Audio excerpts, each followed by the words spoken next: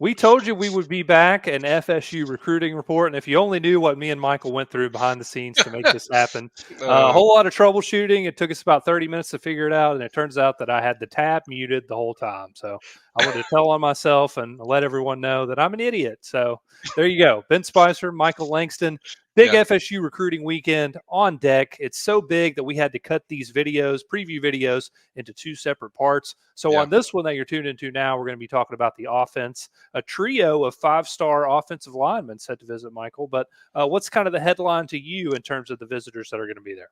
Oh man, I think overall just the talent in general. You got 3 5 stars that are going to be on campus. One of them's already committed to FSU, and that's Solomon Thomas. That's one where they can get in there and close it down. That's kind of what the expectation or hope is to finish it off. And then you also have Josh Petty. And then another one, not a 5 star, but 4 star, is offensive lineman Peyton Joseph, who I think FSU's trending in a good direction for. Same thing with Josh Petty. So those three are kind of the ones I circle for sure. There's some interesting ones that also are coming. Ty Haywood, that's another, I think, 5 star that's out of the Texas area. That's one that visited in the spring. FSU did a really good job with that recruitment when he visited in the spring. I do think this one's not like kind of what it was with Petty, where there's more work to do. I think they're going to need a big boost to catch up there with the favorite in Oklahoma. But I think he's very intrigued by FSU. I think he's very. There was a lot of the communication's been strong, but I think those three of Josh Petty, Solomon Thomas, and Peyton Joseph for me are kind of the focus of that for me on the offensive line. I think two of those guys, I think they're going to add to this class personally, in Petty and Joseph. I think they have to still finish it. Have to have a great visit. I think they have to do all the things that they need to do. Certainly, we know Alex Atkins is going to do what he does with the relationships and the fun and the business stuff that needs to be handled as far as kind of how well way they're going to be used in there. But I think overall for me, a lot of it's just what the interaction is with the players around these recruits. Really, just for me, for those guys, and you'll hear that a lot today from us, just about you know the players are one of the best recruiting thing that FSU has. Not just what the product is, but the players do an incredible job. So when they get the realness, I think it really seems to add a lot of juice to a lot of these visits. So I think those three are kind of the guys that I'm focused on, and that's kind of where I think things stand at this point. At receiver, several intriguing targets. Dalen McCutcheon is back visiting from Texas. Vernell Brown, who Florida State was very much in the mix for. Are Yeah, you still feeling good about that? And then you've also got C.J. Wiley, a guy who was, a trending topic for a while, and we haven't heard anything about in a while. So yeah. he's coming back to visit too. Yeah, CJ visited a couple of times. I think recently in the spring, going to say around April. That one feels like that's probably the farthest away of stuff where you really need to nail the visit, and probably you're going to be have to be a rally one. I think George is probably the favorite in that recruitment based on what I've heard. Through intel going into that visit, I do think FSU feels like the communication strong. There is a good connection. He loves the offense and all that stuff. But I think other schools just there's a more attraction for CJ than FSU. So I think certainly they're going to have to make a big strong surge as far as that visit. And then with Verno Brown, I think relationship wise, I think FSU is probably one of the top schools. That's a big deal to Vernell. Um, I think the other interesting aspect of that visit is Tramel Jones being on campus. That's another big deal because they play on the same 7-on-7. I know Ben loves that. So they're on the same 7-on-7 team. So I think that could have a positive impact on the FSU official visit weekend. I do think Florida leads going into that trip. I just feel like his dad played there. They did a really good job with the visit last weekend. But FSU has that last shot, and we, like I said, I know how he values relationships, and the one with FSU is probably, even though Florida's probably the longest one with his dad playing there. I think the one with FSU is extremely personal, and I think the other thing why they'll challenge Florida, or probably why they're the biggest challenger for me, is their product on the field. What they do on the field.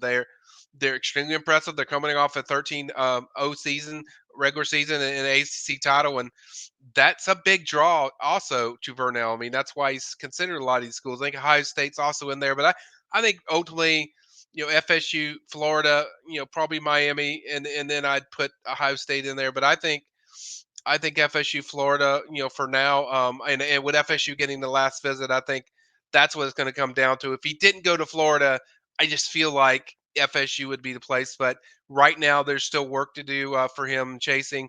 Now, Dalen McCutcheon, that's Matt Lassier's guy from his hometown. He loves him. And FSU loves him. That is one that I just feel slightly a little bit better with FSU than I do USC, who I think is the biggest competition. So I think coming into the visit, there's a great opportunity for FSU to finish it off with a guy like Dalen. Certainly, USC does a great job of promoting and utilizing their receivers, but I think there's a connection with FSU that feels, excuse me, very unique, special, and different when it comes to. I think both schools do a pretty good job if you go by recent production as far as the receiver position. And I think uh, bottom line for Dalen is going to be just the comfort, and if he feels a stronger comfort with FSU this weekend, I think that could push it and finish it over the top. But I do feel like there's a great opportunity, and they definitely, certainly been the team that I've heard the most, a little bit more than USC. Couple more names we want to get to round out the list. Next up, we've got four-star running back Byron Lewis. Felt like Mm. Florida State was really making some noise. Could this be the weekend maybe that they close things out and land that four-star running back from South Florida?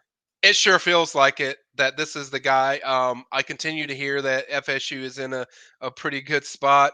I know Miami made a push. I know Georgia just hosted them last weekend. But I just go back to the relationships. That's his former coach with Sertain, and two, just his feelings around FSU when he's there. The way they utilize backs. Miami is a struggling program trying to kind of get their feet down and just getting more of a consistency as far as a program, whereas FSU's already been there. He's coming from American Heritage, which is one of the premier programs around there, and they just do a really good job with the running back position. And you look at what Trey Benson's done and Toa Philly, and just what they and how they use the backs, I think is a big deal. Whereas these other teams, I don't think they use them the way versatility wise, the way FSU does, and I think that resonates him along with all the culture stuff. So I think there's a really good chance. I don't know when exactly he would commit, but I do feel good coming into this visit about FSU in Byron Lewis. Two more guys to talk about. Next up, we've got four-star tight end Hollis Davidson, committed to Auburn, then decommitted to Auburn. Now he's kind of on the fence between Auburn, FSU, and some others. How are you Yeah. feeling about Hollis?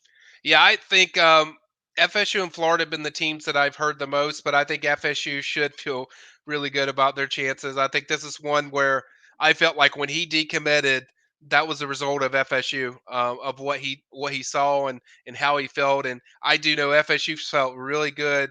Even that the weekend, the first time he visited, he was already committed to Auburn. He kind of downplayed being there. He's kind of like, "Yeah, I'm here." They'd show me all this stuff, but it was kind of like he downplayed it. Whereas my FSU intel was suggesting it was nothing close to that. It was basically like, hey, he really likes it. We feel really good about our position, and I think it still sits in that position where they do have to finish it off.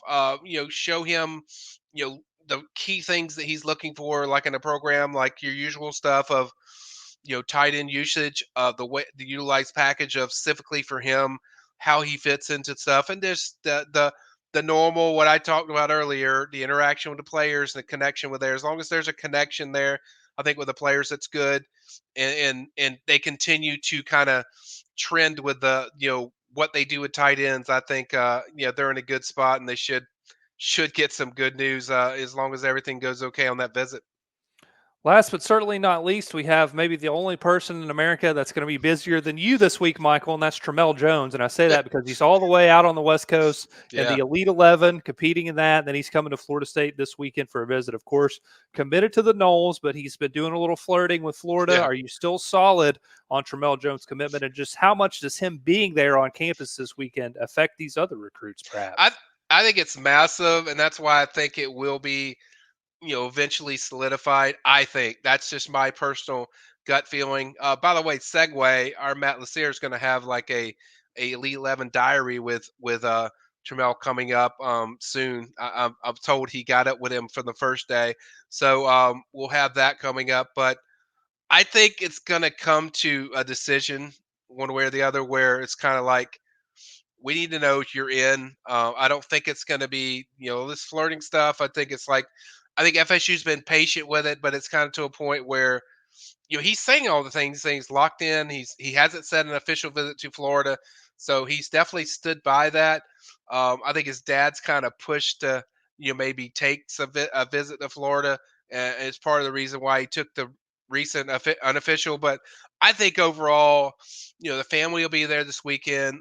I think it gets, solidified, and he likely shuts things down, but we'll see. But that's kind of my gut feeling, going into the weekend. I know how Trammell feels about FSU, and I certainly know the level of how FSU feels about Trammell. So I think either way, the bottom line that I can guarantee is or not guarantee, but say highly likely is I think they get it rectified one way or the other. Either he's going to be in, or FSU is going to start looking for another quarterback, or another.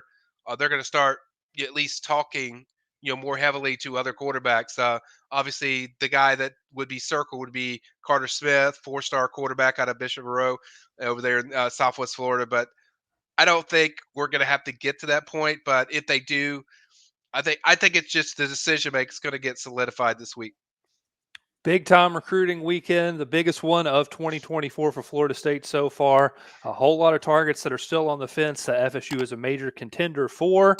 We'll see if they can lock up some commitments after this weekend and moving forward. But make sure you're locked in here to Warchant TV and the Premium Recruiting Board, where Michael and Matt will have all the coverage for you. Until next time, I'm Ben. That is Michael. And thanks for joining us here on Warchant TV.